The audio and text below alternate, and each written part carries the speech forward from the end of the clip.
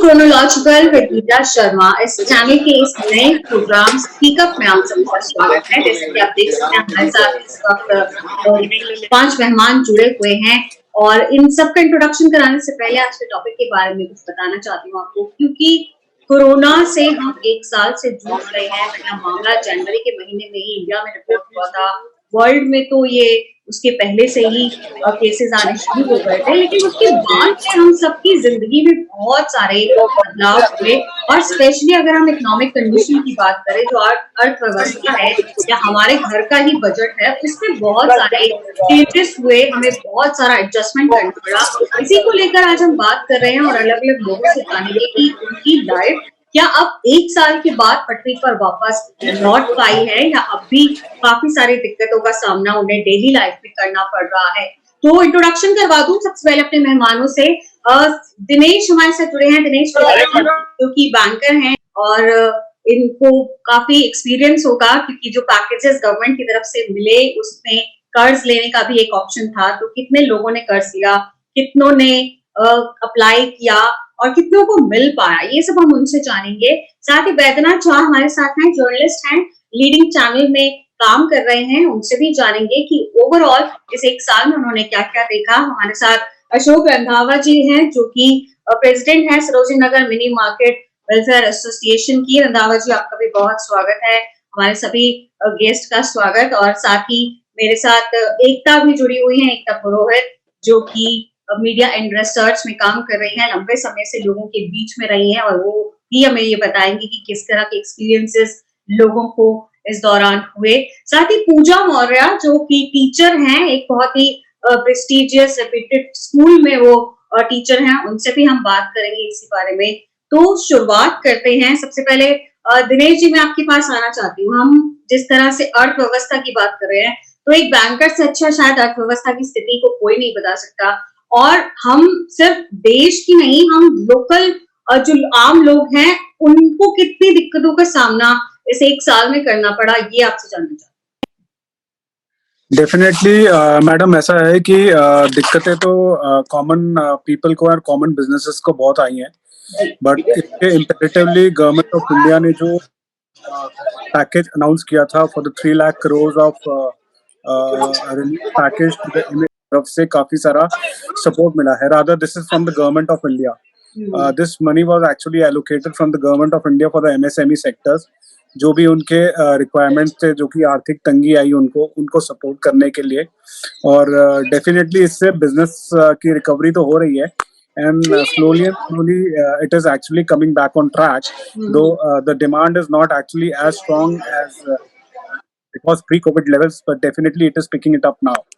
And इसका काफी ज्यादा फायदा हुआ है लोगों को in terms of monetary wise. जो उनके बिजनेस यूनिट्स बंद रहते थे, वो डेफिनेटली जो लॉसेस उनको हुए हैं, थोड़े बहुत लॉसेस, तो उनको इस अमाउंट के थ्रू थोड़ा रिकवर हुआ है, रिलीफ मिला है। ठीक है। दिनेश जी ने बताया बैंकर्स की तौर पर कि क्या सिचुएशन है इस वक्त। हम रंधावा जी के पास चलते हैं। अशोक रंधावा जी, आप मार्केट एसोसिएशन के प्रेसिडेंट है और बहुत देखा भी होगा आपने, जो शॉपकीपर्स है, जो बिजनेसमैन है, उनको कितनी दिक्कतें हुई, क्योंकि पिछला 1 साल बहुत ज्यादा दिक्कतों भरा सभी के लिए था। किस तरह के एक्सपीरियंसेस शेयर करना चाहेंगे आप हमारे साथ? देखिए मैम, जनवरी से कोरोना जब शुरू हुआ था, उसके बाद जब लॉकडाउन शुरू हुआ, तो हम लोगों ने कम से कम 6 महीने तक जो है इस एक तरीके से बेरोजगारी का वो देखा, और दुकानें हमारी खुली नहीं थी, तो काफी दिक्कतें आ रही थी, काफी प्रॉब्लम्स आ रही थी। लॉकडाउन के बाद जब दुकानें खुली ऑड इवन के हिसाब से, तो हमने सोचा था कि शायद जो इतने महीनों की एकदम बिल्कुल बेरोजगार जो हम लोग, शायद इसकी रिकवरी होगी, पर बिल्कुल भी वो काम धाम शुरू नहीं हुआ। उसमें लोगों में या जो कस्टमर्स हमारी मार्केट में आते थे, कोरोना की डर की वजह से लोग घरों से बाहर नहीं निकल रहे थे, उस हिसाब से भी 3-4 महीने के बिल्कुल भी कारोबार नहीं रहा। दिवाली के टाइम जब आया तो सोचा था कि थोड़ा सा भरपाई होगी काम की, पर दिवाली के आसपास ही 1 हफ्ते के अंदर ही थोड़ा बहुत काम शुरू हुआ, और तो उससे थोड़ी सी रनिंग शुरू हुई। सरकार ने जो 3 लाख करोड़ का जो पैकेज दिया था वो भाई, जैसे अभी हमारे एक साथी आपके साथ जुड़े हुए, उन्होंने बोला कि लोगों को काफी फायदा हुआ, पर हम लोगों को जो है दुकानदार या छोटे दुकानदार बिजनेसमैन बहुत बड़े नहीं है, उन लोगों को कोई उसके अंदर कोई स्कीम में फायदा नहीं था। उल्टा बल्कि जो हमारी दुकानों में लड़के काम करते थे वो गांव गए, उनको तनख्वाहें दी गांव के अंदर, बिजली का बिल था, दुकान का किराया है, ये सारी चीजें थी जिसको हम लोगों ने झेला है। बैंक से अगर जो हमने लोन ले रखा था, जो आपको ईएमआई जानी थी, वो भी नहीं दे पाए उस टाइम भी हम लोग, तो उस पे ब्याज बढ़ रहा है। और जहां तक बात रही कि हम लोगों की रिकवरी हो गई है उस कोरोना काल का, तो ऐसा कुछ नहीं है। ये तो हम तो ये सोच के बैठे हैं कि शायद 2021 क्या 22 तक भी हो जाए तो बहुत बड़ी बात हुई। अशोक जी, ये भी एक इशू है क्योंकि पहले भी अगर हम 2019 की भी बात करें, 20 तो खैर कोरोना में ही निकल गया, लेकिन 19 में भी कहीं ना कहीं वो रिसेशन वाला दौर आ ही गया था और बिजनेसमैन जो है उनको खासी प्रॉब्लम्स पहले से फेस करनी ही पड़ रही थी। ये जब से नोटबंदी हुई है तब से हम लोगों का बुरा हाल है। लोगों के पास पैसा नहीं है, या लोग कुछ खरीदना नहीं चाहते हैं, या वो चीज खरीदना चाहते हैं जिसकी एकदम बहुत ही ज्यादा जरूरत है। कोरोना में तो ऐसा हो गया था कि ना तो किसी के पास आप जा सकते हैं ना आ सकते हैं। जो शादी ब्याह था उसमें भी कुछ लिमिटेशन थी, 50 लोग ही आ सकते हैं, और किसी के यहाँ आना जाना नहीं। जो फेस्टिवल्स आए वो भी बस ऐसे ही घर पे बैठे बैठे निकले। वो भी एक वजह रही कि जो बिजनेस का बिल्कुल ही वो रहा। 2019 में नोटबंदी के बाद जो हुआ था, उसके बाद तो लोगों के पास पैसे ही नहीं था। बड़ी मुश्किल से आम आदमी कुछ बहुत जरूरी चीजें खरीदता, तो सेब बिल्कुल कोरोना काल में गया। उससे पहले भी अगर लें, हमारे यहाँ पे अगर परसेंटेज के हिसाब से सेल्स में लें तो 2019 में तो कम से कम 50% सेल रह गई थी। कोरोना में तो आप 30% भी हो जाए वो भी बहुत बड़ी बात थी। जब अनलॉकडाउन हुआ तो आप बिलीव करिएगा कि 5-5 दिन लोगों की यहाँ पे दुकानदारों की बोनी तक नहीं हुई। बोनी बोलते हैं कि जो पहला कस्टमर आ जाए और वो करे सेल। तो हाँ जी, हालात बहुत ज्यादा ठीक नहीं हैंगे।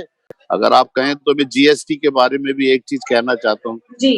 मेरे कपड़ों की दुकान हैगी, रेडीमेड भी है, अनस्टिच भी है। आपका सरकार ने बोला था 1 नेशन 1 टैक्स। किसी पे 5% है, किसी पे 18% है, किसी पे 28% है। अगर ये जीएसटी का स्लैब भी सारी चीजों पे ना हो, पर अगर कपड़े से रिलेटेड है, लाखों लोग इसके साथ जुड़े हुए हैंगे। अब वो जीएसटी की रिटर्न भरना, फिर उस पे जीएसटी लगाना, ये कई सारी दिक्कतें हैंगी। इस टाइम कोरोना काल को देखते हुए सरकार बोल तो रही है कि भाई हम इनको करेंगे, सबको करेंगे, फलाना पैकेज ढिमकाना पैकेज, पर पैकेज का मिडिल क्लास को और हम जैसे दुकानदारों को उसका कोई फायदा नहीं हुआ होगा। जिन लोगों को, बड़ी अच्छी बात है कि क्योंकि हम सब देशवासी हैं कि किसी का नुकसान नहीं होना चाहिए, किसी को तो फायदा हो। पर जो छोटे तबके के लोग हैं, जो मिडिल क्लास है, उनके बारे में भी सरकार को सोचना चाहिए। बैंक की जो ईएमआई रह गई थी वो चक्रवृद्धि ब्याज लगा रही है। ब्याज, फिर उसके ऊपर जीएसटी, फिर सर्विस टैक्स, वो बढ़ता जा रहा है, बढ़ता जा रहा है, बढ़ता जा रहा है। बीच बीच में सुनाई दिया था, फाइनेंस मिनिस्टर ने बोला था कि शायद ब्याज घटेगा, जो कोरोना काल में हुआ था। तो ऐसा कुछ नहीं है। अगर वो 2-3 महीने की छूट भी मिली थी ईएमआई की, तो उस पे ब्याज नहीं काटा, किसी भी ब्याज नहीं छोड़ा किसी भी बैंक में। वो ब्याज के ऊपर ब्याज लेते जा रहे हैं। तो बहुत सारी समस्या, और इनको सुधरने में भी मेरा ख्याल ये साल ही 2022 तक अगर हालात ठीक हो जाए तो बहुत बड़ी बात होगी। जी, रंधावा जी, बहुत बड़ी परेशानियां आपने गिनाई और कैसे ठीक होगा ये बहुत बड़ा सवाल है सरकार के सामने। उसके अलावा मैं एक बात और बोलना चाहूंगा। हम लोग इस मार्केट के अंदर जो भी बिना मास्क के कस्टमर आता है उसको फ्री मास्क बांटे, सैनिटाइजर दिया। हम लोगों की एक मार्केट की संस्था है कि उसके थ्रू हम लोग खाना बना के जितने भी मंदिरों के बाहर जो रोड पे बेसहारा लोग बैठे हुए। जी, तो रोड पे बेसहारा लोगों की मदद भी मार्केट एसोसिएशन वालों ने की है। रंधावा जी से फिर बात करेंगे। वैद्यनाथ, मैं आपके पास आना चाहती हूँ। यहाँ पर आपने भी देखा पिछले 1 साल में रिपोर्टिंग की और चैनल में भी जितनी खबरें आई हैं उसके हिसाब से आपको समझ आया होगा कि पूरी सिचुएशन किस तरह से वर्ष से अब थोड़े धीरे-धीरे बेटर हो रहे हैं। अगर हम कोरोना के पेशेंट्स की बात करें तो कम हो रहे हैं, लेकिन इकोनॉमिक जो सिचुएशन है उसमें भी क्या उसी रफ्तार से तेजी आने की उम्मीद लग रही है कोरोना के केसेस कम होने के बाद? क्या आम लोगों की जिंदगी फिर से पटरी पर लौट पाएगी? नहीं, देखिए इसमें ये एक बहुत अहम सवाल है और इसलिए क्योंकि कोरोना काल में जो भी नुकसान हुए हैं जी। और अभी भी नुकसान जो जारी है, वो इतना जल्दी रिकवरी होने वाला है नहीं। जैसा रंधावा जी कह रहे थे कि जो भी रिकवरी की बात है वो अगर 2021 या 22 तक भी हो पाए तो बहुत बड़ी बात है। क्योंकि पिछले 1 साल में और ख़ास करके नोटबंदी के बाद से ही लेना अगर शुरू कर दें, लेकिन जो कोरोना काल में जो डैमेज हुआ है मार्केट को या आम लोगों को जिस भी सेक्टर में लोग रहे हों, सबको कहीं न कहीं इसका नुकसान उठाना पड़ा है।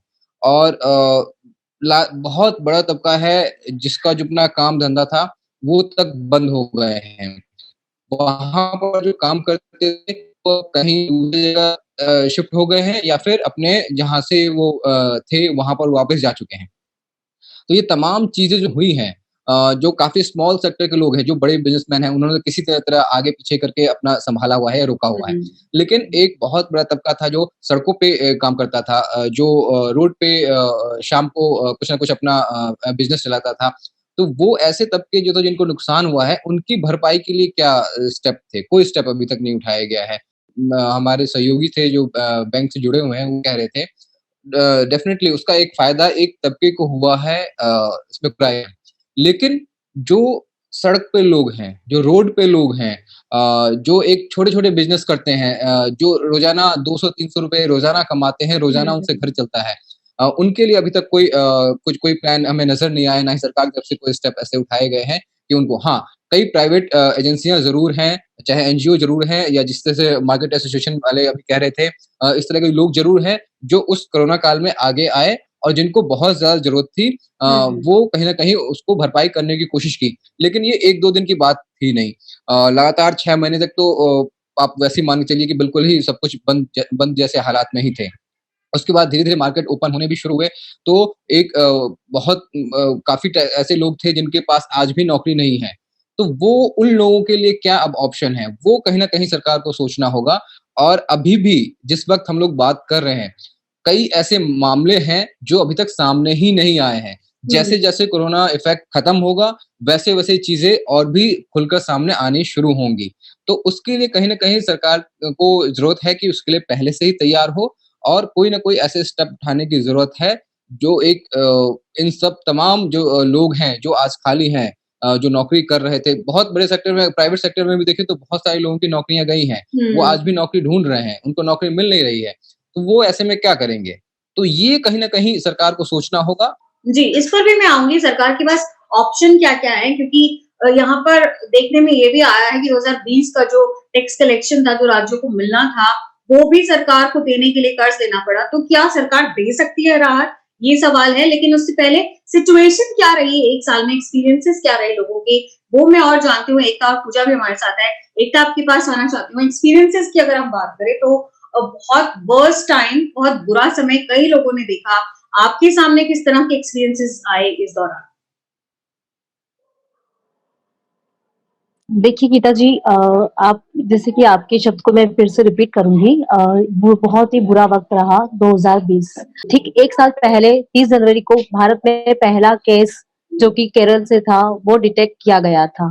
सो उनका खुद का एक्सपीरियंस ऐसा था क्योंकि वो इतना भयावह रहा है, वो खुद जिस पेशेंट को पहली बार जो डिटेक्ट हुई थी कि उन्हें जब पता चला कि मुझे कोरोना हुआ है, शी वाज़ इन लाइक एक अलग ही तरह का उनको भय या डर था। तो हम अगर जिसको हुआ है वो भी उन्हें बताया नहीं गया, एक इसे पता चला। तो उस तरह का है और वो उस ट्रॉमा से बहुत ही समय के बाद निकली। ऐस हम देखते हैं कि इस एक पहला पेशेंट उसके साथ ये हुआ और हमारे आज भारत की ये कंडीशन है कि 1 करोड़ से ज़्यादा लोग इससे पीड़ित हैं कोरोना से। तो वो अलग तरह का भय सबके साथ है। अगर हम उत्तर से लेके दक्षिण तक या पूरब से पश्चिम तक जितने भी राज्य हैं हमारे, सारे राज्यों में ये फैल गया है और हम कहीं न कहीं लकी है कुछ राज्य जहाँ पर ये नहीं अपना घर कर पाया है, तो वो काफ़ी लकी हैं। लेकिन ऐसा नहीं है कि वहाँ पर कोरोना का इफ़ेक्ट नहीं हुआ है। इकोनॉमिकली और इकोनॉमिकली हेल्थ या फिर किसी भी सेक्टर में हम देखें तो वहां भी उसको इफेक्ट किया है, because this corona is like globally effect किया है। भारत की बात तो हम करेंगे, राज्यों में जहाँ नहीं हुआ है, छोटे हो या बड़े हो, सभी जगह इसका इफेक्ट रहा है और हर इंसान दुखी है। ऐसा नहीं है कि वो अपने लिए दुखी है, वो सभी के लिए दुखी है। कोरोना ने सबको कहीं ना कहीं एक साथ लाके खड़ा कर दिया है। जो नहीं मिल पाते थे वो मिल रहे हैं, जिनसे बात नहीं हो पाती थी उन्होंने लॉकडाउन में यह भी देखा उसकी इंसानों की एक तरह से कह सकते हैं इम्पोर्टेंस कोरोना ने हमें कहीं ना कहीं याद दिला दी है। तो इस तरह का एक्सपीरियंस तो बहुत है लोगों के, मैं आगे बताना चाहूंगी आपको। बहुत कुछ है जिनके पास अपनी जॉब थी, उन्होंने जॉब खो दी है, किसी ने अपने लोग खो दिए हैं, किसी ने अपना परिवार ही खो दिया है और किसी ने इस तरह का कोई संबंध खोया है जो शायद वो कभी वापस आ नहीं पाएगा उनके साथ। एकता, आऊंगी मैं आपके पास दोबारा। पूजा के पास भी चलते हैं। पूजा, टीचिंग के लिए भी ये बहुत चैलेंजिंग टाइम था क्योंकि ऑनलाइन क्लासेस हो रही थी और सभी के लिए एडजस्टमेंट में बहुत सारी प्रॉब्लम्स आई। लेकिन अगर मैं आर्थिक स्थिति की बात करूं, क्या सैलरीज दे पा रहा था स्कूल? क्योंकि लोग फीस देने में भी आनाकानी कर रहे थे क्योंकि उनके पास भी कोई ऑप्शन नहीं था। और जिस तरह से सिचुएशन पूरी थी, किसी की जॉब गई, किसी को सैलरीज कम मिल रही थी, तो यहाँ पर टीचर्स के लिए और स्कूल्स के लिए कितना चैलेंजिंग रहा ये समय?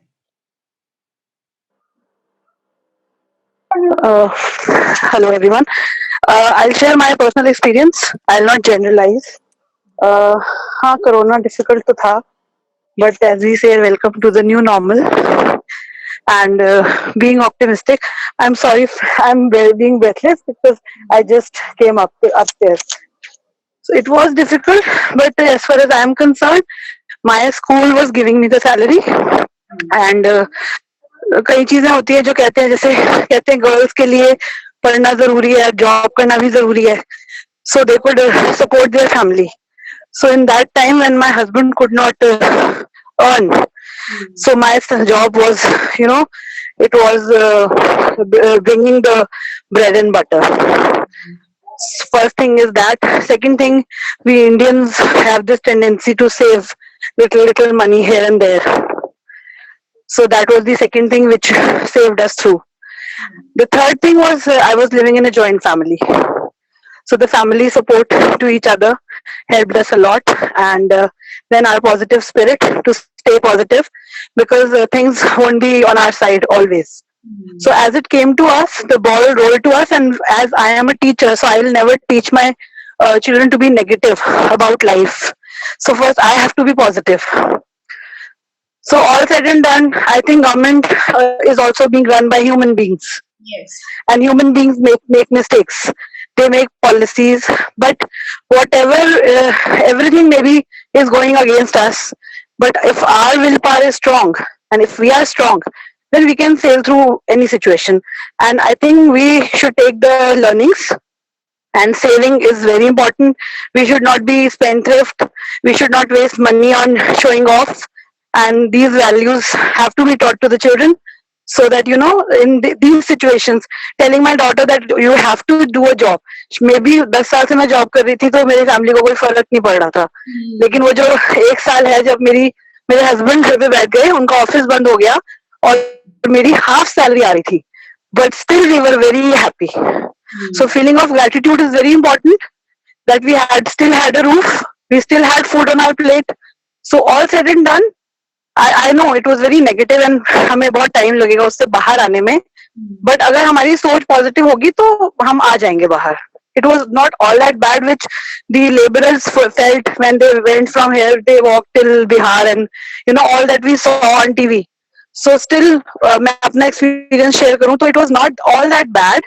My school was very good, gracefully gave me the salary, चाहे half ही दी और बाकी भी slowly steadily they were giving. And we always try to think about the parents' perspective कि उनकी सैलरी नहीं आ रही है तो फीस कहाँ से देंगे, फीस नहीं आएगी तो सैलरी कहाँ से आएगी.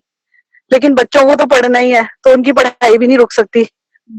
तो आई थिंक हाँ, ये एक झटका चाहिए होता है लाइफ को ना, दोबारा से अपने आप को एक बार इंट्रोस्पेक्ट करने के लिए. तो ये वो झटका था, बट हमने उसको ओवरकम कर लिया है हैप्पीली.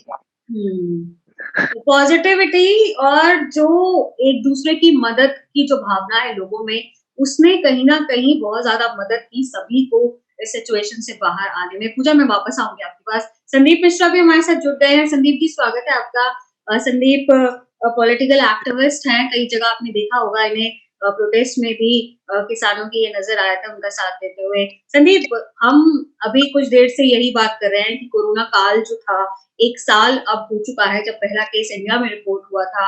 उसमें कई लोगों को बहुत ज्यादा दिक्कतों का सामना करना पड़ा। आर्थिक स्थिति ऐसी हो गई कि बिना सरकारी मदद के सरवाइव करना मुश्किल है, लेकिन सरकार भी उतनी मदद शायद नहीं कर पाई। क्या लगता है?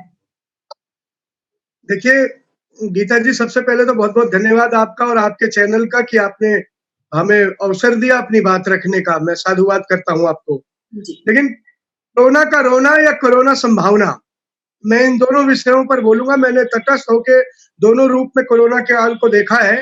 एक तो कोरोना काल में जहां लोगों के प्राण गए, प्राण आहत हुए, एकाएक आई हुई बीमारी थी जिसने मरमाहत किया, जिसने सांसें छीन ली, जिसने चैन सुख, और यहाँ तक कि पल पल ऐसा लगता था कि राम जाने अगली सांस किसी की आएगी या नहीं आएगी। हर बजने वाली मोबाइल की घंटी एक खौफजदा कॉल लगने लगी थी, कभी अपनों को, कभी अपनों के और करीबियों के बिखरते, टूटते, रूठते रिश्तों को हमने बहुत करीबी से इस कोरोना काल में देखा ही है। लेकिन उससे मैंने संभावना जो देखा, मैंने लिखा था एक आर्टिकल कि कोरोना अगर तुम ना आते, उसमें मैंने एक पॉजिटिविटी दिखाई थी। उसमें मैंने लिखा था कि अगर कोरोना ना आते तो यमुना गंगा शायद इतनी साफ ना होती। कोरोना अगर काल ना आता तो प्रदूषण मुक्त वायु, हवा जो हमारी प्राण वायु है, वो इतने अच्छी स्वच्छ नहीं मिल पाती।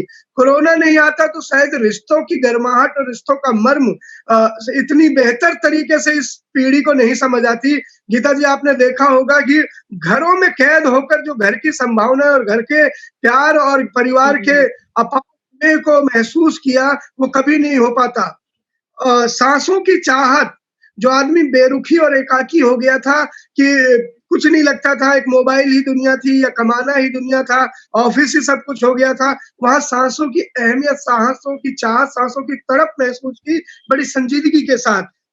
और पैसे जो आदमी कभी भी, हम आप तो प्रभु ने हमें बड़ा अच्छा संपन्न किया है कि चलो 2 वक्त की रोटी के लिए हम मोहताज नहीं हुए, लेकिन जिन लोगों को 2 वक्त की रोटी के लिए लाले पड़े, उन लोगों की पैसे की कीमत की समझ आई। कभी ऐसा होता था, जाते थे तो जो जी आया उस पर हमने खर्च किया। कपड़े से अलमारियां भरी पड़ी है, लेकिन जब भी मॉल गए, कोई भी चीज पसंद आई उसे अपने झोले में डालकर घर ले ही आए। बहुत अलमारियां भरी, बहुत कपड़ों के नंबर बहुत दिनों बाद आते, लेकिन कोरोना काल में पैसे की कीमत और फिजूल खर्ची पर एक अंकुश लगा है, विराम लगा है। सबसे बड़ी बात जो हुई कोरोना काल में, भी मेरे से पूर्व वक्ता को मैंने थोड़ा ही सुना कि अनाज की कीमत, खेत खलिहान, किसान के परिश्रम के श्रम की पराकाष्ठा को हमें निहारने, समझने, सोचने का मौका मिला। जब भी 2 रोटी, 4 रोटी और कुछ खाना बनाकर हम बाहर ले गए और उस पर हाथ पसारते अच्छे लोगों को देखा कि हाँ, रोटी मिल जाए तो बहुत अच्छा होगा। कई कितने मजबूर लोगों का पलायन हमने देखा। सड़क पर जगह नहीं तो रेलगाड़ी के पटरियों पर चलते उन्हें देखा, रेलगाड़ी के पटरी को सीने से गुजरते देखा। तमाम तरह का ये दर्द, तमाम तरह की खुशी, तमाम तरह के ऐसे पल कोरोना दे गया। खुशी भी इसलिए कह रहा हूँ कि जब आवश्यकता के बीच में, कहते ना आविष्कार ही आविष्कार की जननी है गीता, तो जब आवश्यकता बीच में पहली बार ये लगा कि हाँ, भारत ने वो दवाई खोज ली है, तो खुशी भी हमें अपार मिली। और आज खुशी इतनी है कि हम अपने पड़ोसी देशों को भी वो वरदान के रूप में दे रहे हैं। तो मैं कहता हूं, बस इतना ही कंक्लूड करूंगा कि ये कोई भी विपरीत परिस्थिति हमेशा आपकी परीक्षा लेने के लिए आती है। और सरदार पटेल साहब ने बहुत बढ़िया एक बात कही थी कि जब भी बुरा वक्त आता है तो साहसी लोग उसमें राह ढूंढते हैं और कायर लोग बहाना। तो भारत साहसियों का देश है। हमने रास्ता ढूंढा, हमने राह ढूंढी, हमने अपने पड़ोसियों को बचाने की कोशिश की, हमने अपने समाज को संभालने की कोशिश की। हमारे डॉक्टरों ने, हमारे नर्सेज ने, हमारी पुलिस ने, हमारे अधिकारियों ने तमाम समय कितनी मेहनत की है। मैं नतमस्तक होता हूं उनकी मेहनत को, जो प्रथम पंक्ति करता थे। मौत किसी भी पल उन्हें छू सकती थी, मौत किसी भी पल उन्हें ले जा सकती थी। बजाय अपनी जीवन की परवाह किए, जो अपना जीवन झोंक दूसरे के जीवन को बचाने में लगे रहे, वो तमाम कर्म योद्धाओं को नमन करने का वक्त है। मैं कहता हूँ दिल्ली इसका अपवाद नहीं है, और खासकर दिल्ली के मुख्यमंत्री केजरीवाल 24/7 सड़क पर रहे। पूरा मंत्रिमंडल, जितेंद्र जी जो हमारे स्वास्थ्य मंत्री हैं, उन्हें तो कोरोना हो भी गया, कोरोना होने के बाद उन्हें प्लाज्मा थेरेपी से बचाया जा सका, लेकिन वो फिर अस्पताल से बाहर निकलते ही आपने देखा, गीता जी आप वरिष्ठ पत्रकार हैं, किस शिद्दत के साथ उन्होंने एक एक जन को बचाया।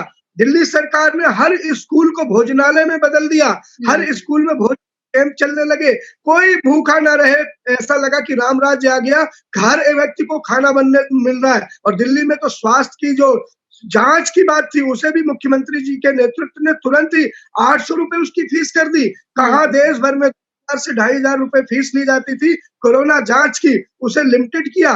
तो मैं मुख्यमंत्री को, और खासकर स्लम के एरियाज में आप अगर जाएंगे, करावल नगर देखें, कहीं भी जहाँ गरीब बस्ती थी, वहां जी सूखे राशन के पैकेट भेजे मुख्यमंत्री जी की तरफ से, इस सरकार ने भेजे।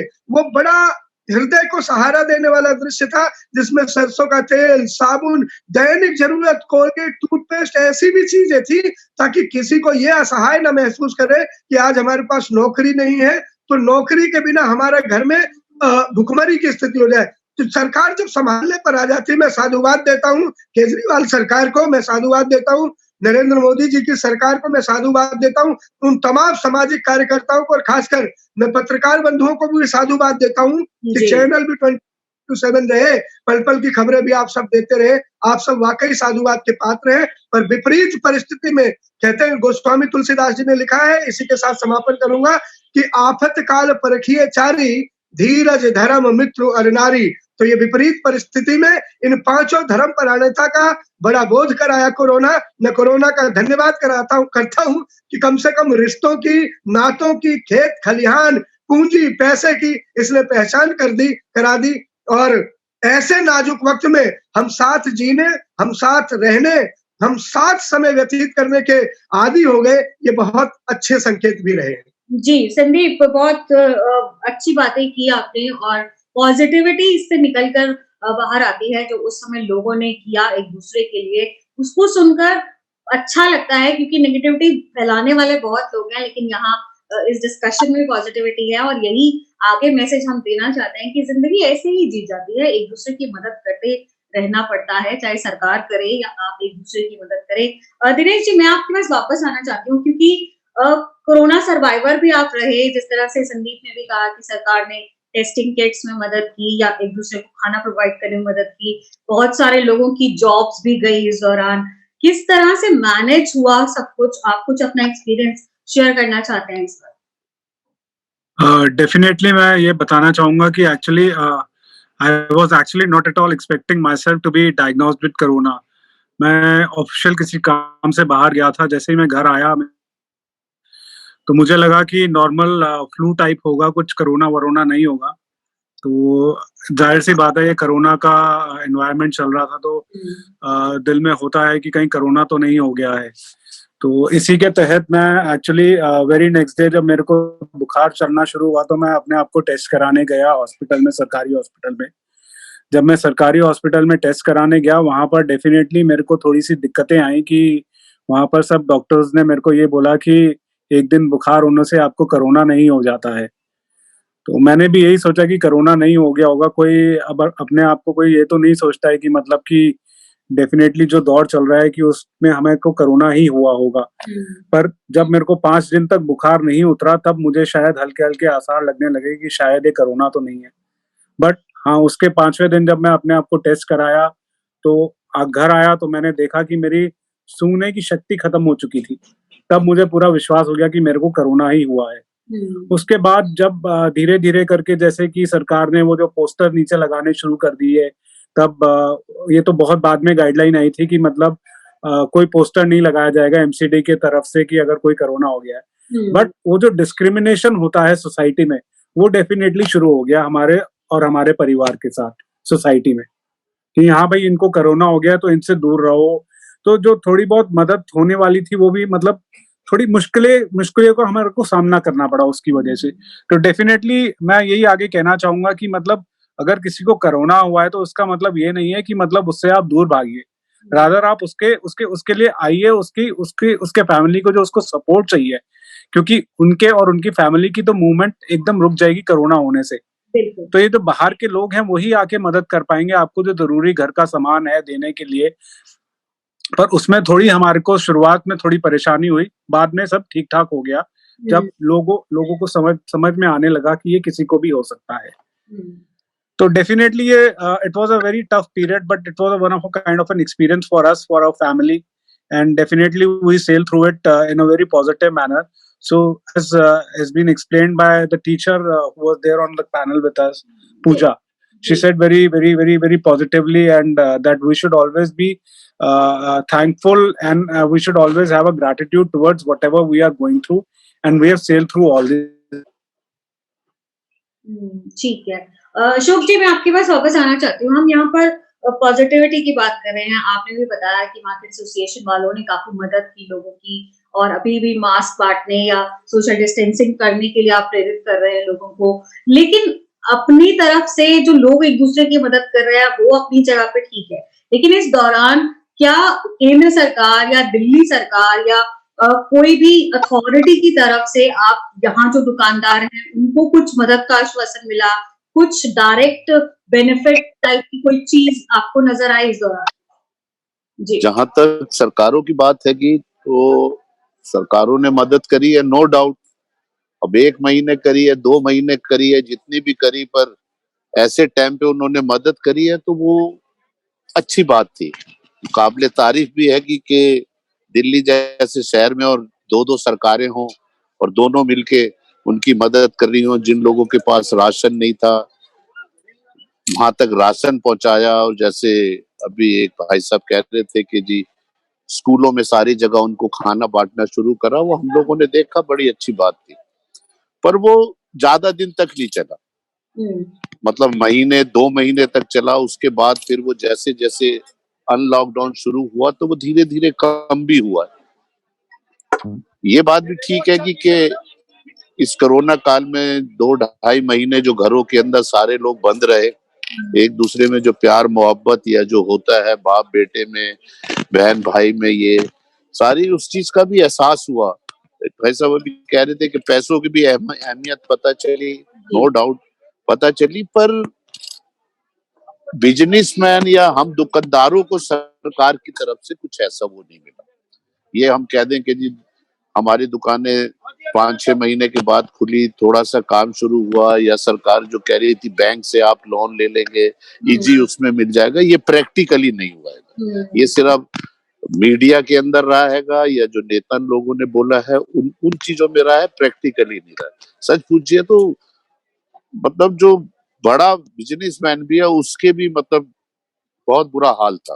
अगर आप जानना चाहे जमीनी हकीकत तो यही है। आप वैसे किताबों में आंकड़ों में बोलते रहिए, कुछ भी कहते रहिए, पर सबसे अच्छी बात ये हुई है कि वैक्सीन आ गई है, कि कोरोना की दवाई मिल गई है।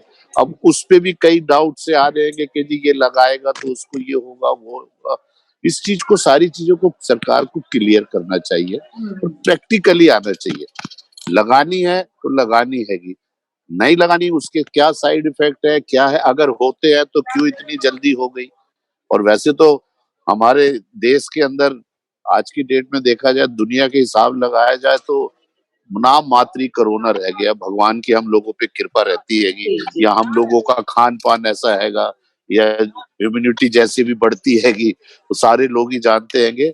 अच्छी बात है कि पर सरकार को, जो गांव लोग चले गए, दुकानों में जो काम करते थे मैडम, जो फैक्ट्रियों में काम करते थे, वो सब चले गए।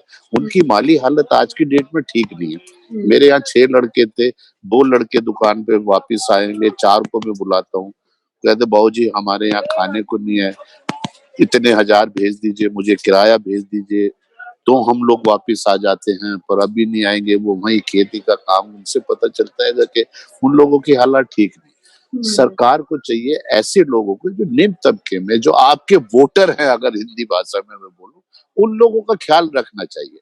बड़ा आदमी है या मिडिल क्लास है या बड़ा दुकानदार है, भाई थोड़ी बहुत जमा पूंजी सबके पास होती है, पर एक तबका हमारा ऐसा है जो बिल्कुल ही नीचे, और उनके सहारे हम नहीं चल सकते। बेशक वो दुकान में काम करता हो, फैक्ट्री में काम करता हो, घर में काम करता हो, हमारे सफाई कर्मचारी भाई हैंगे हमारे, उनका अभी भाई साहब कह रहे थे डॉक्टर्स का बिल्कुल थैंक्स है, पुलिस का थैंक्स है। जो लोग भी इन्होंने मदद करी वो एक बहुत बड़ी मदद थी। अगर ये लोग भी हॉस्पिटल्स में डॉक्टर्स या नर्सेज या ये सफाई कर्मी ये नहीं होते तो शायद इससे हालात बहुत भयंकर होते थे। उनका वाकई दिल से हर कोई आदमी उनका थैंक्स कहता है और दिल से उनकी उसमें वो होती है। पर जो माली हालत है सरकार को उस तरफ ध्यान देना चाहिए। अगर वो मजबूत होंगे, उनके पास रोजी रोटी होगी खाने के लिए और कमाने के लिए, तो उससे बढ़ेगा देश, उससे यही प्रैक्टिकली जमीनी हकीकत देखिएगा। अब आंकड़ों के हिसाब से तो आप कुछ भी कह लीजिए, आप भी जानते हैं, मैं भी जानता हूँ, मेरे जो और साथी आपके साथ बैठे हैं वो भी जानते हैं। जमीनी हकीकत पे सरकार को काम करना चाहिए। उनकी पढ़े लिखे लड़के हैं, डॉक्टर्स हैं, इंजीनियर है। मेरा बेटा खुद बीटेक पास करे हुए 3 साल नहीं मिल रही नौकरी। मैडम कॉल सेंटर में जाइए, मैं उनको बुरा नहीं कहता हूँ, तो बेचारे एकदम कुछ ना कुछ मदद के तौर पे करते हैं, बेशक 12-14 घंटे उनसे ड्यूटी लेते हैं। कहाँ है नौकरी? सरकार को बेरोजगारी के बारे में सोचना चाहिए। लोगों को नौकरियां देने की बजाय, मतलब करोड़ों, मेरा ख्याल अगर पूरे देश की बात करें तो बेरोजगार हो गए अभी जैसे इस दौरान तो हुआ है रंधावा जी। हाँ, तो उनको मैडम दोबारा से रिहेबिलिटेशन बोल दीजिए या कुछ भी कहिए, किसी ना किसी तरीके से उनको, क्राइम बढ़ा है, आपको शायद इसमें आपने गौर किया या नहीं करा है।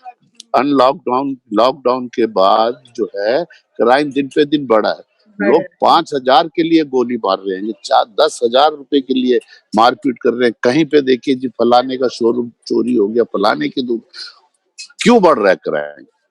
कई बार पुलिस के हम लोग मीटिंग में जाते हैं कि नहीं, हमारे यहाँ मार्केट में पटरी और उसके बारे में कई बार डिस्कशन होती है इस मैटर्स में कि अवैध पटरी, पुलिस भी ये कहती है, सरकार भी कहते हैं, हम भी सोचते हैं चलो वो कम से कम बेचारा पटरी पे सही किसी तरीके से रोजी रोटी तो कमा रहा है। पुलिस कहती है अगर ये नहीं करेगा, बेरोजगार होगा, चोरी करेगा, उससे क्राइम बढ़ेगा। जो ये सच बात है, जो बेरोजगार हुए हैं, जो बीड़ी पीता है, जो तंबाकू खाता है, जो, चलिए इन्हें भी छोड़िए, खाना तो चाहिए है ना, खाना नहीं मिलेगा तो वो कुछ ना कुछ तो किसी ना किसी तरीके से करेगा। एक अनएम्प्लॉयड रेट की वजह से भी क्राइम बढ़े हैं। इस कोरोना ने अगर नदियां साफ करी हैं कि स्वच्छ हवा दी है कुछ टाइम के लिए, तो क्राइम जब ये खत्म होगा उससे दिन पे दिन क्राइम बढ़ते जा रहे हैं। आप 2018-2019 के रेशो उठा लीजिए और 20 का उठा लीजिए, कोई भी स्टेट हो, हर जगह क्राइम बढ़े। तो सिर्फ यही है, अगर इस चीज को सरकार ही रोक सकती है, तो बेरोजगार को अगर रोजी रोटी मिल जाए, उसको रोजगार मिल जाए, अपने बच्चों को पढ़ा ले। लोगों के पास फीस नहीं है जैसे अभी चल रहा है देने के लिए, स्कूल वाले ऑनलाइन भी जो पढ़ाई कर रहे हैं उसकी भी फीस दीजिए, तब मैं टीचर मेरी सामने आएगी उसमें। तो ये सारी चीजें हैं मैम, इस पे जरा सीरियसली, तो मेरे ख्याल से आपने ये प्रोग्राम शुरू करा बहुत अच्छा है। आपके क्लीक हैंगे टोटल टीवी में, उन्होंने मुझे बोला था आपके बारे में, मैंने कहा अगर इस बारे में डिस्कशन है और खुले मन से डिस्कशन कर सकते हैं तो कोई दिक्कत नहीं है। थैंक यू, आपने अच्छा ये एक माध्यम चुना है और लोग इसको देखें सुने तो बड़ी अच्छी बात है। हमारी कोशिश यही है रंधावा जी की जो एक्चुअल आम लोगों की समस्याएं वो सामने आए, क्योंकि सरकार उन्हीं को सुन के ही शायद अपनी पॉलिसीज में कुछ बदलाव कर सकती है। वैद्यनाथ, मैं आपसे और पॉलिसीज सरकार की जो है उस पर बात करना चाहती हूँ, क्योंकि पिछले 1 साल में हमने देखा कि 2 करोड़ 3 करोड़ ऐसे आंकड़े जो सामने आए थे, इतने लोगों की रोजगार चले गए, और जो रोजगार पहले से ढूंढ रहे थे उनके लिए भी ज्यादा दिखाई नहीं दे रही, और जो अब जॉब कर भी रहे हैं उन्हें भी किसी को आधी सैलरी मिल रही है, किसी को सैलरी नहीं भी मिल रही है, सिर्फ काम करवाया जा रहा है। तो ऐसी सिचुएशन जो आ रही है, आपको लगता है कि सरकार सीरियस है कि सिचुएशन से उबारने के लिए ऐसी पॉलिसीज बनेंगी, या बजट में इस तरह के प्रोविजंस हो सकते हैं तो जल्द ही कुछ नतीजा नजर आए लोगों की जो रोजगार? क्यों नहीं हो सकते? सरकार का एक नारा है अभी, वोकल लोकल है या लोकल वोकल है? वोकल फॉर लोकल, अपनी चीज बना। हाँ जी रंधावा जी, मैं इस सवाल पे दोबारा आऊंगी, आपकी ऑडियो थोड़ा सा ब्रेक कर रही है। इस पे मैं दोबारा लेती हूँ आपसे। जी जी। देखिए, निश्चित तौर पर जो संदीप जी और जो दूसरे कह रहे हैं, दोनों में थोड़ा बहुत डिफरेंस है। कई जगहों पर परेशानी ज़रूर हुई थी लोगों को इलाज में, लेकिन वो 1-2% लोग थे जिनको इलाज के लिए परेशानी हुई। दूसरे संदीप जी जो कह रहे हैं वो कहीं न कहीं सोचने वाली बात ज़रूर है। तमाम लोगों को जिस तरह से वो कह रहे थे, किस तरह से लोगों को तमाम चीज़ें देखने को मिला, तमाम चीज़ें जानने को मिला, छुट्टी की वजह से तमाम चीज़ें, लेकिन ये कोई 1-2% लोग हैं नहीं। पूरे देश भर में जिस तरह से हालात रहे, वो एक बहुत बड़ा सवाल है और ये कोई 2 दिन, 10 दिन या 15 दिन की बात ही नहीं। लगभग 1 साल पूरा मान के चलिए तो ये पूरे 1 साल तक हालात वही हैं जैसे कि तैसे रहे। जी। इसमें जिस तरह से बहुत सारे लोगों की नौकरी गई है, जो छोटे-मोटे सेक्टर के लोग हैं, जिनके पास रहने तक के लिए घर नहीं है, उन सब के लिए क्या सिचुएशन है। इसमें कोई दोहराई नहीं है जो संदीप जी कह रहे हैं कि जिस समय ये कोरोना था, उस समय तमाम तरह के इंतज़ाम किए गए थे, चाहे वो दिल्ली सरकार हो या किसी भी राज्य की सरकार हो या फिर केंद्र सरकार हो। उन तरीके से इंतज़ाम बहुत बढ़िया तरीके से किए गए थे कि लोगों को इंतज़ाम में किसी तरह की दिक्कत ना हो। इसमें कोई दोहराई नहीं है। लेकिन जिस हिसाब से लोग इसके चपेट में आए हैं या इसका कोरोना का जो असर हुआ है, वो कहीं न कहीं आम लोगों के लिए बहुत खतरनाक हो रहा है। लोगों के पास अब हालात ये है कि घर में रहने तक के लिए जो है, उनके पास ऑप्शन नहीं है।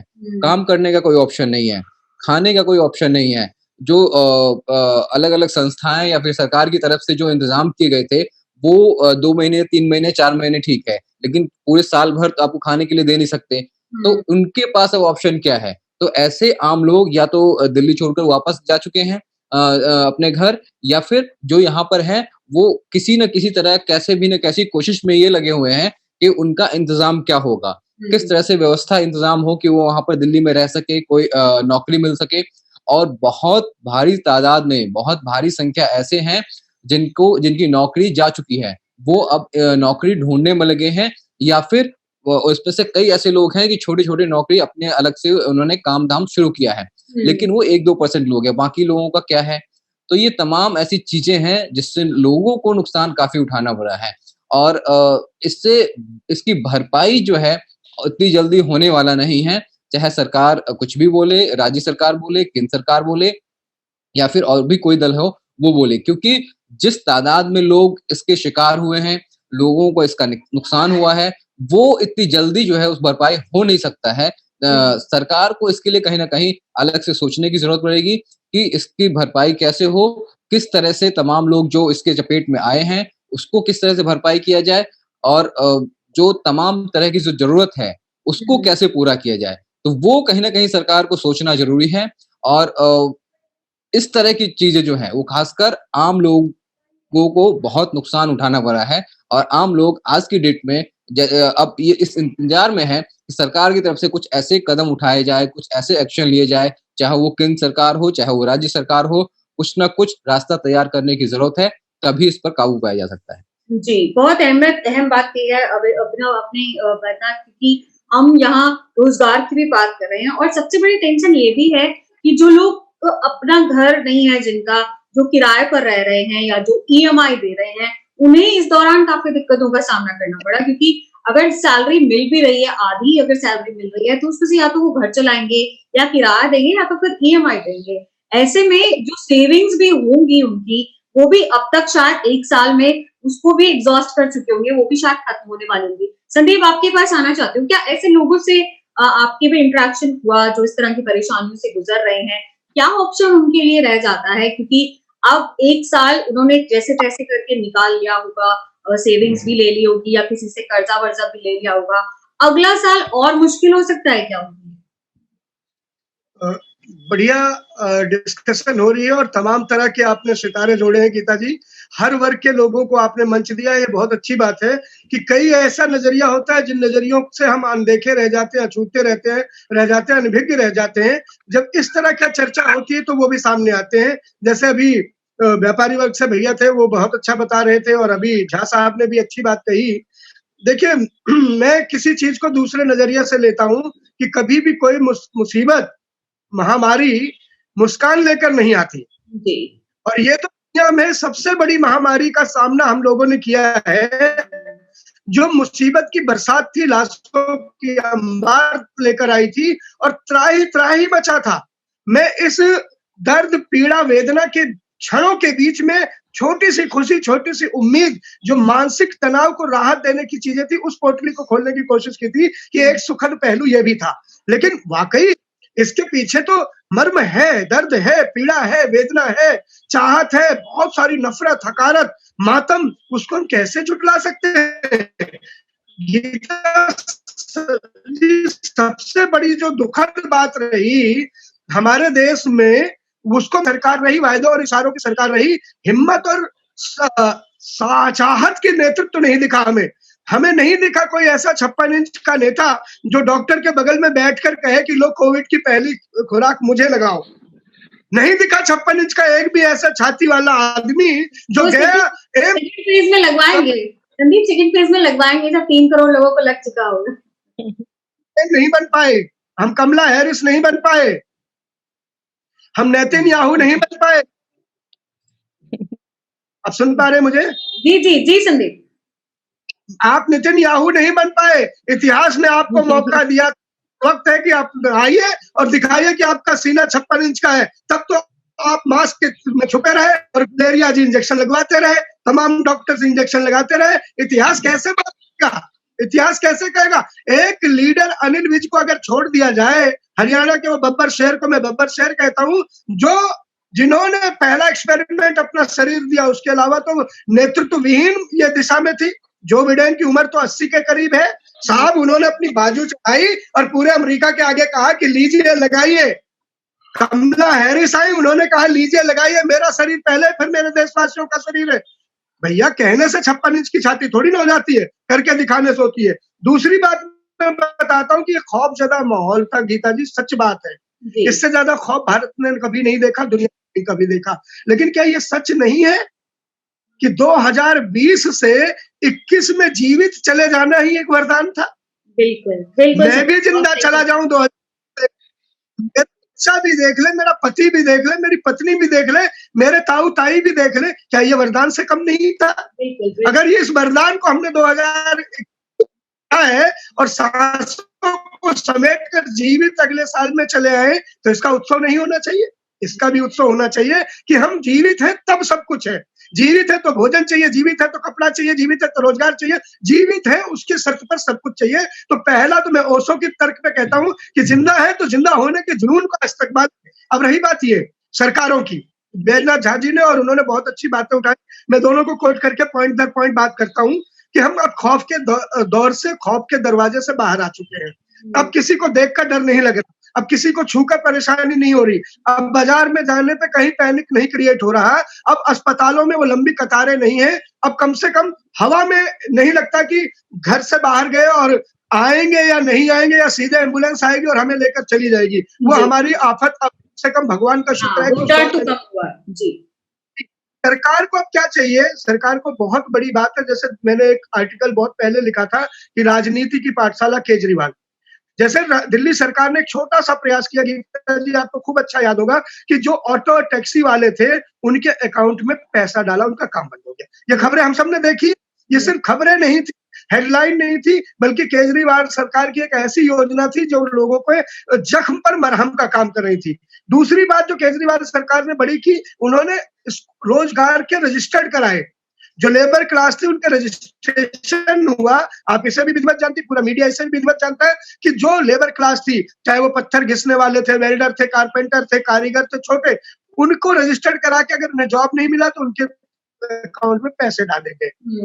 अब सबसे बड़ी दोनों सरकार, किसी भी सरकार की पीठ थपथपाने और किसी भी सरकार को धिक्कारने और दुत्कारने का समय नहीं, बल्कि सबको मिलकर उठ खड़े होने का समय है। मैं इस पॉजिटिविटी के साथ इसको देखता हूँ।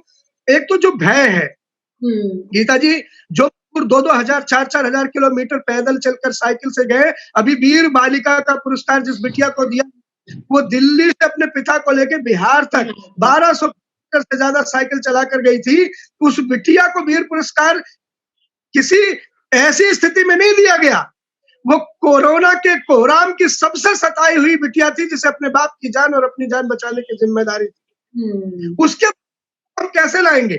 जो मजदूर गांव चले गए, जो अपने माँ बाप के बीच में चले गए, उन्हें लगता है कि जब ऐसे ही बुरे वक्त में हमारा हाथ छोड़ दिया जाएगा, रेल बंद कर दी जाएगी, एकाएक आएगा 8 बजेगा और कोई भी हमारे देश का सबसे बड़ा नेता आएगा और कहेगा भाई और बहनों रात 8 बजे के बाद आप घर से बाहर नहीं निकलेंगे।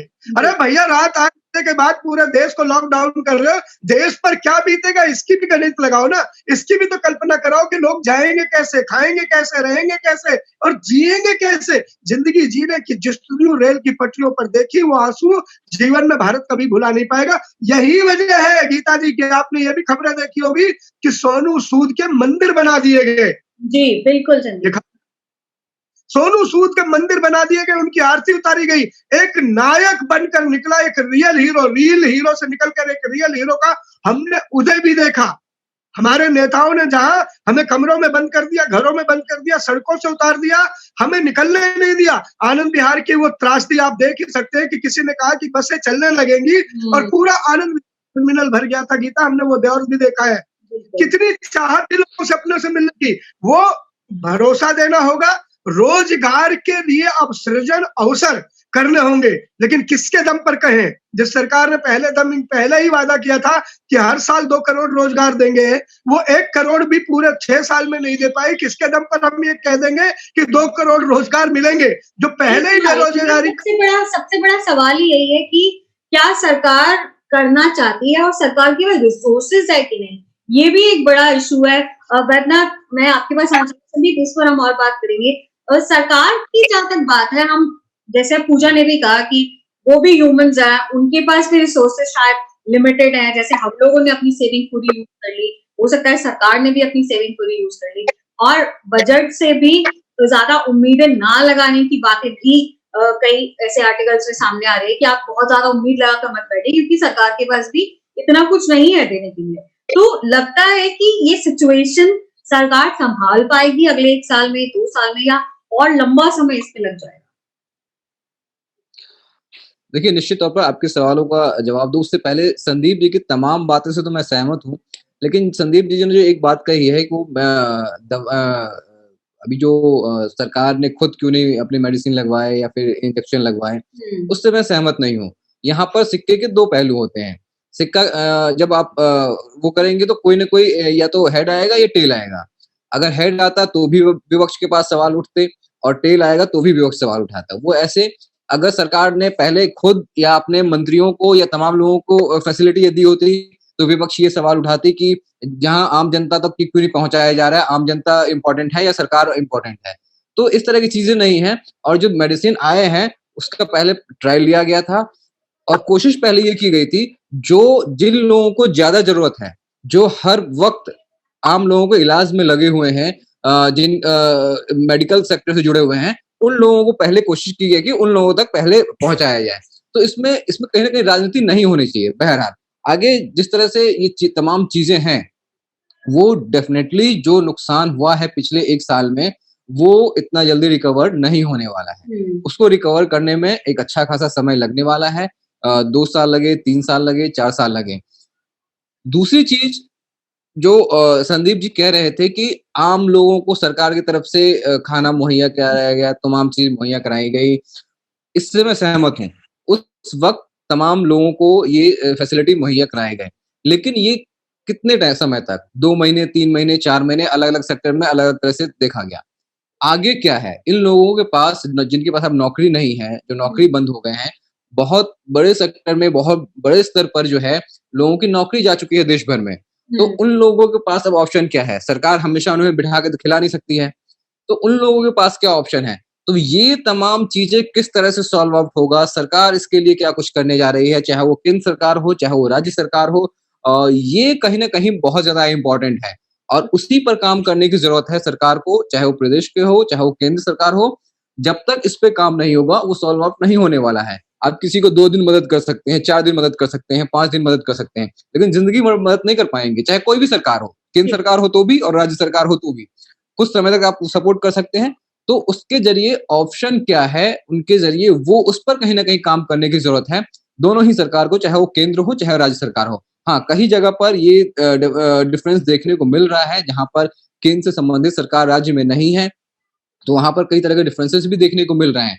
स्कूल सेक्टर में भी कई बार इस तरह का देखा गया है कि स्कूल भले ही ऑन है, लेकिन स्कूल बच्चों को पढ़ाया जा रहा है, लेकिन टीचर्स को हाफ सैलरी दिए जा रहे हैं, आधी सैलरी नहीं दी जा रही है।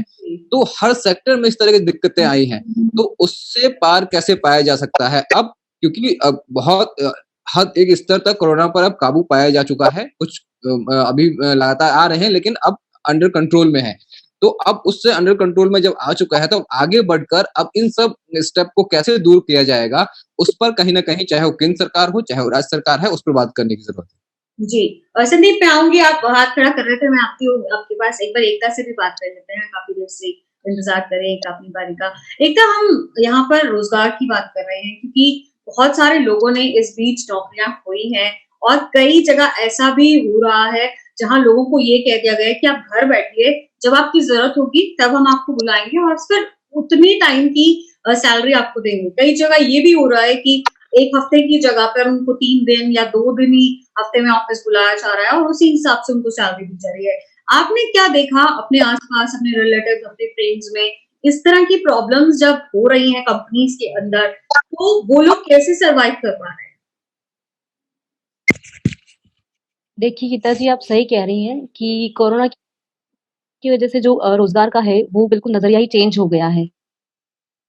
अगर हम गवर्नमेंट सेक्टर की बात करें तो गवर्नमेंट इज लाइक कि ऑल्टरनेट डेज में था सिस्टम, और प्राइवेट सेक्टर में भी ऑल्टरनेट डेज का रहा है, दोनों जगह रहा है। लेकिन अब जैसे कि आप 2 दिन जाएंगे और आपको 2 दिन की सैलरी मिलेगी, पर गवर्नमेंट में 2 दिन जाने पे वहाँ 2 दिन की सैलरी नहीं मिलेगी, वहां तो सारे सभी दिनों की मिलेगी या 1 महीने की मिलेगी। पर ये है कि आपको आना तो है ही, 2 दिन आया 4 दिन आया। लेकिन प्राइवेट सेक्टर में सेक्टर के सेक्टर कंपनीज की कंपनीज बंद हो गई हैं। वहां पर इस कोरोना की वजह से ऐसा नहीं कि हम पॉजिटिविटी ढूंढना चाहिए हमें, बिल्कुल मैं भी पॉजिटिव हूँ, आप सभी, संदीप जी, बैद्यनाथ जी, पूजा जी, सब पॉजिटिव हैं। लेकिन कोई ये नहीं कहेगा कि पॉजिटिव होना चाहिए और हमें आगे बढ़ना चाहिए, क्योंकि परिवर्तन संसार का नियम है। एक जगह स्थिरता तो कभी नहीं रहती, पानी में भी नहीं रहती, पानी भी लहरों की तरह चलता रहता है। तो स्थिरता तो आ नहीं सकती जीवन में, और आना भी नहीं चाहिए। तो ये ऐसा नहीं है कि हम पॉजिटिव नहीं रहें, पॉजिटिव रहने के साथ हम आगे बढ़ें। कई पॉजिटिव चीजें मैंने भी देखी हैं। मैंने कई इवन मेरे पास ऐसे केसेस आए थे कि लोगों को इलाज सही समय पे नहीं मिल पा रहा था। एक घर के 25 लोगों को कोरोना था, लेकिन उनके पास गवर्नमेंट की टेस्टिंग या एम्बुलेंस पहुंच नहीं पाई थी। तभी हमने भी उन लोगों को, और वो उनका एक सदस्य अपने शहर से बाहर था और उसे पता चला है कि मेरे घर में बाकी लोगों को कोरोना है। उसने किस हालात में मुझे या मेरे बाकी मीडिया के लोगों को संपर्क करके उस तक पहुंचाई मदद, वो हम समझ सकते हैं। तो ऐसी कई चीजें हैं, लाइक कुछ पॉजिटिव और बात करें तो जो लेबर तबका है, हम समझ सकते हैं कि आंध्रा में सबसे ज्यादा जो कंपनीज में काम करने वाले मजदूर थे वो बिहार के थे, और वो लोग चले गए थे क्योंकि किसी ने अपना, कोई पैदल ही चला गया, कोई या फिर गवर्नमेंट ने उनको किस तरह से सहायता प्रोवाइड की और वो अपने अपने राज्य में चले गए। तो आंध्रा की कुछ कंपनीज ने, कुछ सरकारों, कुछ मैन्युफैक्चर सेक्टर ने उन्हें वापस बुलाने के लिए बसेस भेजी। तो एक पॉजिटिव है कि हम उनको चाहते हैं, अब वापस आइए, आप हमारे यहाँ काम करिए। तो ये चीज देखी गई है।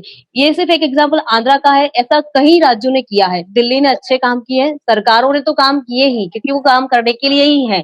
सरकार काम नहीं करेंगे तो आम आदमी तक सहायता कैसे पहुंचेगी? केंद्र सरकार हो या राज्य सरकार हो, दोनों सरकारों ने काम किया है।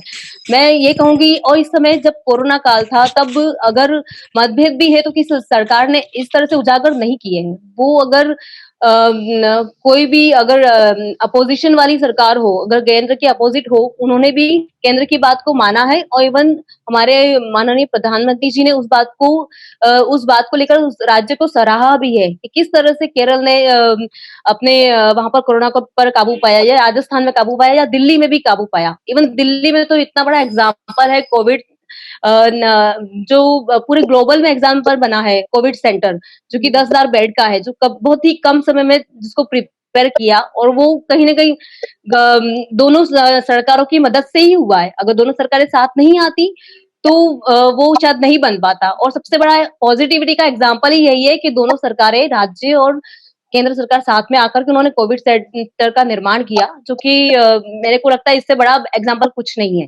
सेकेंड एग्जाम्पल वैक्सीन है, क्योंकि आज हम इतने सक्षम है, हमारा देश इतना सक्षम है कि वो इतने कम समय में वैक्सीन बना पाया, और बनाने के बाद भी एक नहीं, दो नहीं, तीन कतार में है, और तीन होने की वजह से हमारे पास ऑप्शन है। ये हम समझ सकते हैं, किसी को भी इतनी जल्दी अप्रूवल देना इतना आसान नहीं रहा सरकार के लिए, लेकिन मिला। और फिर वैक्सीन आई, आज वैक्सीन आई, हम लोग उसको ले रहे हैं, हमारे फ्रंटलाइन वॉरियर्स जो हेल्थ वर्कर्स है उनको दी जा रही है। सेकेंडली जो फ्रंटलाइन वॉरियर्स है उनको मिलेगी। फिर इस तरह से उसको फेजेस में रखा गया है। और हम ये भी यहाँ पर भी एक और पॉजिटिव वैक्सीनेशन में ये बात है कि हम लोग उस वैक्सीन को दूसरे लोगों तक, दूसरे देशों तक भी मुहैया दे पा रहे, उनको दे पा रहे हैं हम लोग। तो अगर बांग्लादेश देख रहा है कि चीन हमें कब वैक्सीन देगा, उससे पहले भारत दे रहा है, या फिर हम देखें वियतनाम को दी जा रही है, तो कहीं ना कहीं ये बात अच्छी है, पॉजिटिव है, कि पॉजिटिविटी है इस चीज में भी कि वैक्सीन हमारे देश में हमारे पास है, और हमारे साथ साथ वो दूसरों को भी लाभ दे रही है, क्योंकि हमारा भारतीय लोगों का तो यही मानना है कि वसुधैव कुटुंबकम, तो हम सबको साथ लेके चल रहे हैं, और ये कहीं ना कहीं अच्छी चीज है। अब मैं कुछ बात आर्थिक स्थिति की करूंगी कि तो सही बात है, नौकरी खोई है, सबको ने खोई है। मीडिया वर्ग ने कहीं ऐसे हैं जिन्होंने एक साथ 200, 300, 400 लोगों को एक साथ निकाल दिया गया है। ऐसे सभी सेक्टर्स में है, सभी जगह ही है, और बंद कर दिए गए। उनकी भी कोई गलती नहीं है, क्योंकि उनके पास भी कोई ऑप्शन नहीं है, तो उन्होंने जो मध्यम वर्ग की जो संस्थानें थी, उन्होंने अपने संस्थान ही बंद कर दिए, क्योंकि उनके पास न किराया देने को है उस एरिया के लिए, न ही कुछ और, मतलब अपने एम्प्लॉइज को सैलरी देने के उनके पास कुछ ऑप्शन है, तो उन्होंने उस तरह से बंद कर दिया। तो वो लेकिन पॉजिटिव है कि शायद ये सब चीजें सही हो जाए, और हम आज नहीं तो कल फिर से अपने एम्प्लॉइज को अपने साथ लेके आए, फिर से खड़े हों, और ये सब होना भी चाहिए, और कहीं ना कहीं होगा। ये बात अलग है कि इतना बड़ा इफेक्ट हुआ है, इतनी आसानी से इतनी जल्दी चीजें सही नहीं आएंगी, पटरी पर नहीं आ सकती, लेकिन आ रही है धीरे धीरे। जो वो संदीप जी कह रहे थे ना कि अभी हम लोग ने कोरोना में, मैंने तो सिर्फ पॉजिटिव ही देखा है।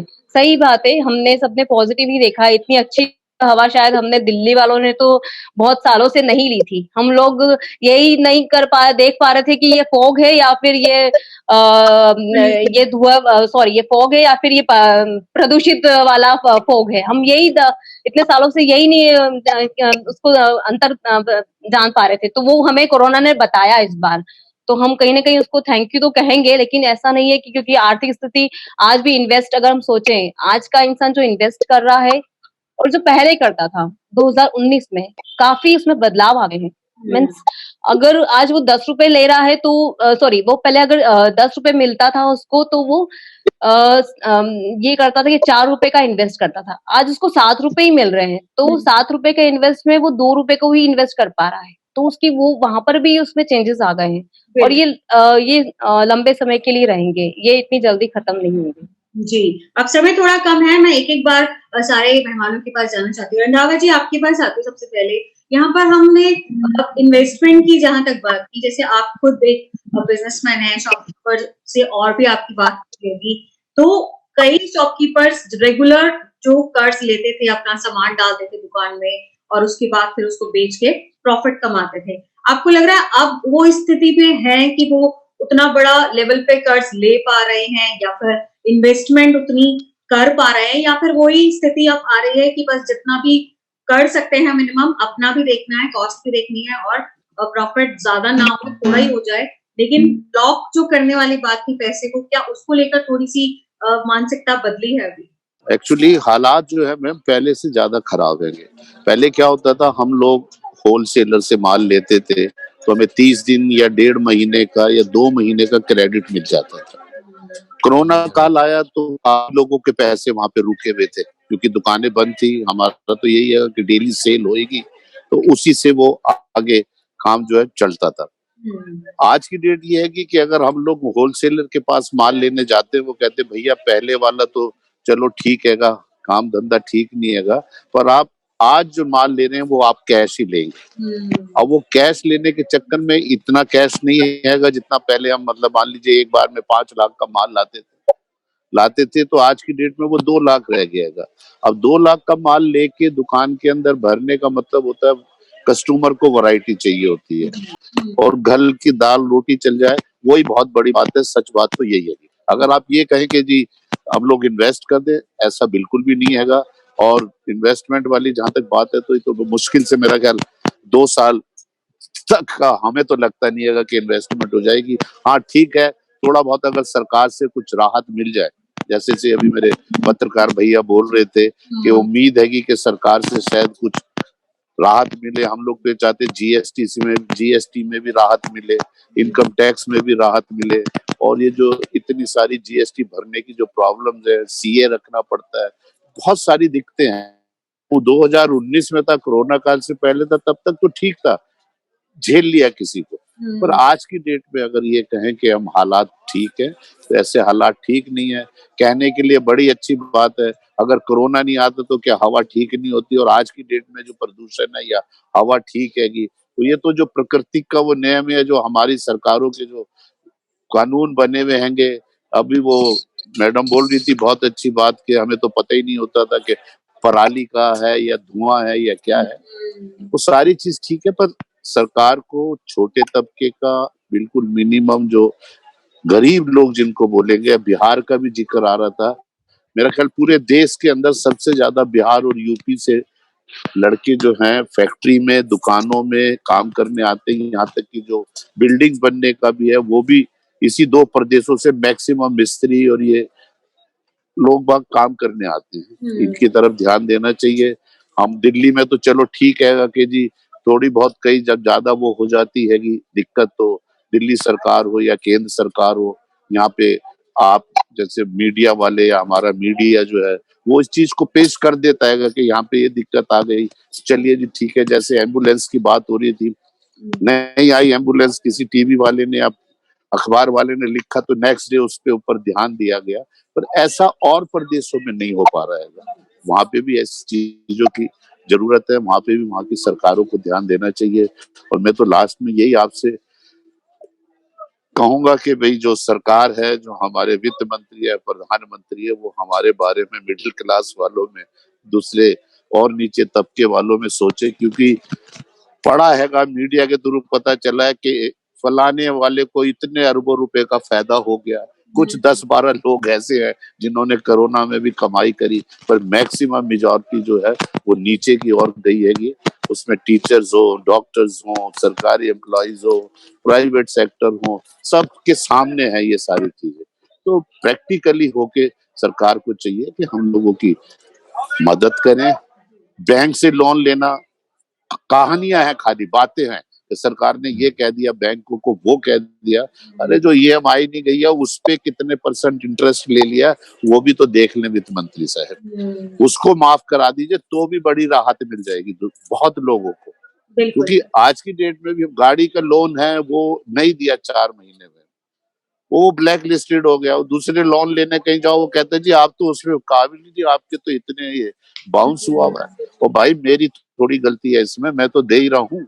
पर इस हालात को, इस सारी चीजों को सुधारने की जरूरत है। कैसे सुधरेगा, सरकार को चाहिए इस सारी चीजों को। अब बात हो रही दूसरे देशों को हम दे रहे हैं दवाइयां, वैक्सीन दे रहे हैं। अरे दूसरे देश ने तो 2-2 लाख रुपए भी हर आदमी को दिए अपने यहाँ पे।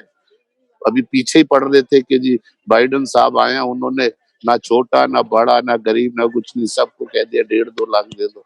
और कहना नहीं चाहिए, हमने तो मीडिया में पढ़ा हैगा कि 72 साल के अंदर जो आज की डेट में सरकार है, इतना लोन जो लिया है आज तक किसी सरकार ने नहीं। तो अगर लिया है तो उसे खर्च भी तो करो। जो अनाउंसमेंट कहते हो, किसके पास प्रॉफिट सिवाय कोरोना काल में दाल, चीनी, आटा, टूथपेस्ट, ब्रश के अलावा उसके अलावा क्या क्या किसी को मिला है?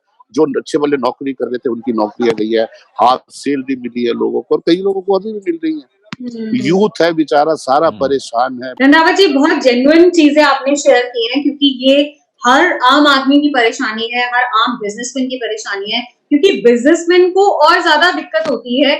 अब एक तो लोग अगर माल नहीं खरीदेंगे तो प्रॉब्लम है, लेने के लिए जो चीज पैसा चाहिए वो नहीं मिलेगा तो प्रॉब्लम। जी मैम लोगों के पास भी तो पैसा होना चाहिए खरीदने के लिए।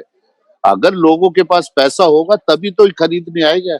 आज की डेट में यह है कि बहुत जरूरी हैगा तो ही शर्ट लेना है या पजामा लेना है, माफ करिएगा, अदरवाइज तो लोगों ने कितने पुराने अपने जो घर के कपड़े जो ट्रकों के अंदर बनते वो निकाल के उनसे गुजारा चलाया। तो लोगों के पास भी तो पैसा होना चाहिए। हमारी इकोनॉमिक जो है कि वो भी तो बढ़नी चाहिए। और वो कैसे बढ़ेगी ये तो सरकार ज्यादा बेटर जानती है। बड़े बड़े वो बैठे में हैंगे, बस खाली पेपरों के अंदर पता चलता है अखबारों में कि आज शेयर वहां चला गया, कल पता चलता गिर गया, इकोनॉमी कितनी हो गई, बांग्लादेश की बढ़ गई हैगी, हमारी घट गई है। Thank you ma'am, thank you.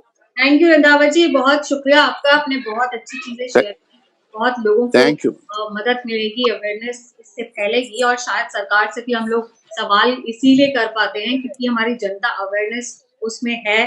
Sandeep, मैं आपके पास आती हूँ। जैसे कि रंधावा जी ने भी कहा कि एक तो रोजगार नहीं है, लोगों के पास एक्सपेंडिचर करने के लिए कैपेसिटी नहीं होगी, तो बाजार कैसे उभरेगा मंदी से, या फिर इस टाइम जो कोरोना को लेकर जो सिचुएशन बनती नजर आ रही है ये और वर्स्ट हो सकती है, इससे ज्यादा खराब हो सकती है क्योंकि पैसे नहीं मिल रहे। जिनके पास जॉब्स थी उनकी जॉब भी जा रही है। क्या लगता है आपको सरकार गंभीर है, ऐसी पॉलिसीज बना सकती है, बनाना चाहती है?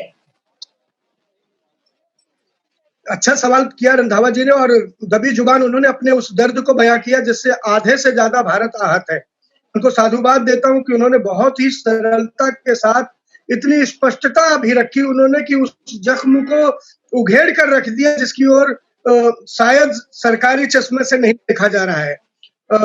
दूसरी बात, अब उम्मीदों की बात नहीं चलेगी, नारों और भाषणों से देश का पेट नहीं भरेगा। गुरनानी जी, शर्मा जी माफ कीजिएगा, अब हकीकत की जमीन पर, हकीकत की तह पर सरकार को आकर खड़ा होना होगा, जहां दिखाना होगा कि वोकल फॉर लोकल एक नारा नहीं, उस नारे के पीछे आपकी सहयोग और आपकी कल्पना कितनी है। ये वैसा ही है जैसा अच्छे दिन कह के कि अच्छे दिन की सरकार आएगी और पेट्रोल की कीमत 100 रुपए के करीब पहुंच जाती है।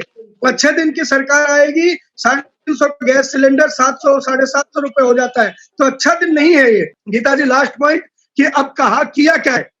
देखिए, लोकल फॉर वोकल एक नारा है, नारा जुमला ना साबित हो जाए, इसको बचाने की कवायद अब मोदी सरकार और उनकी वित्त मंत्री सीतारमण जी के हाथ में है। दूसरी बात, महंगाई की मार, जो महंगाई की मार अब तक नहीं देखी सरकार ने, हिंदुस्तान ने, महंगाई की मार गुजर रहा, करा रहा है। जो महंगाई कभी डाइन होकर आई जाती थी, वो महंगाई भौजाई से लगने लगी है।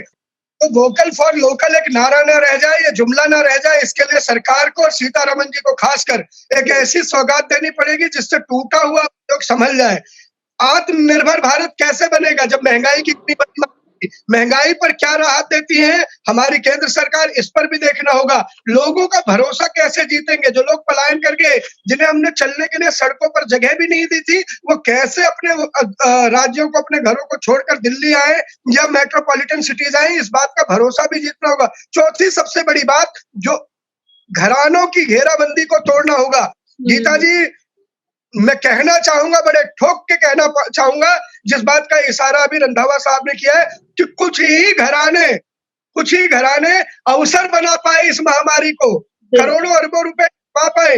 ये आय का घेरा और आय का डेरा, ये सिर्फ 4-5 पूंजीपतियों के घर की जागीर नहीं होनी चाहिए। आय की असमानता अगर रहेगी तो देश नहीं खड़ा हो पाएगा। देश हर गरीब का है, देश हर हिंदुस्तानी का है, देश हर उस मजदूर का है जिसके पसीने से देश की चमक है।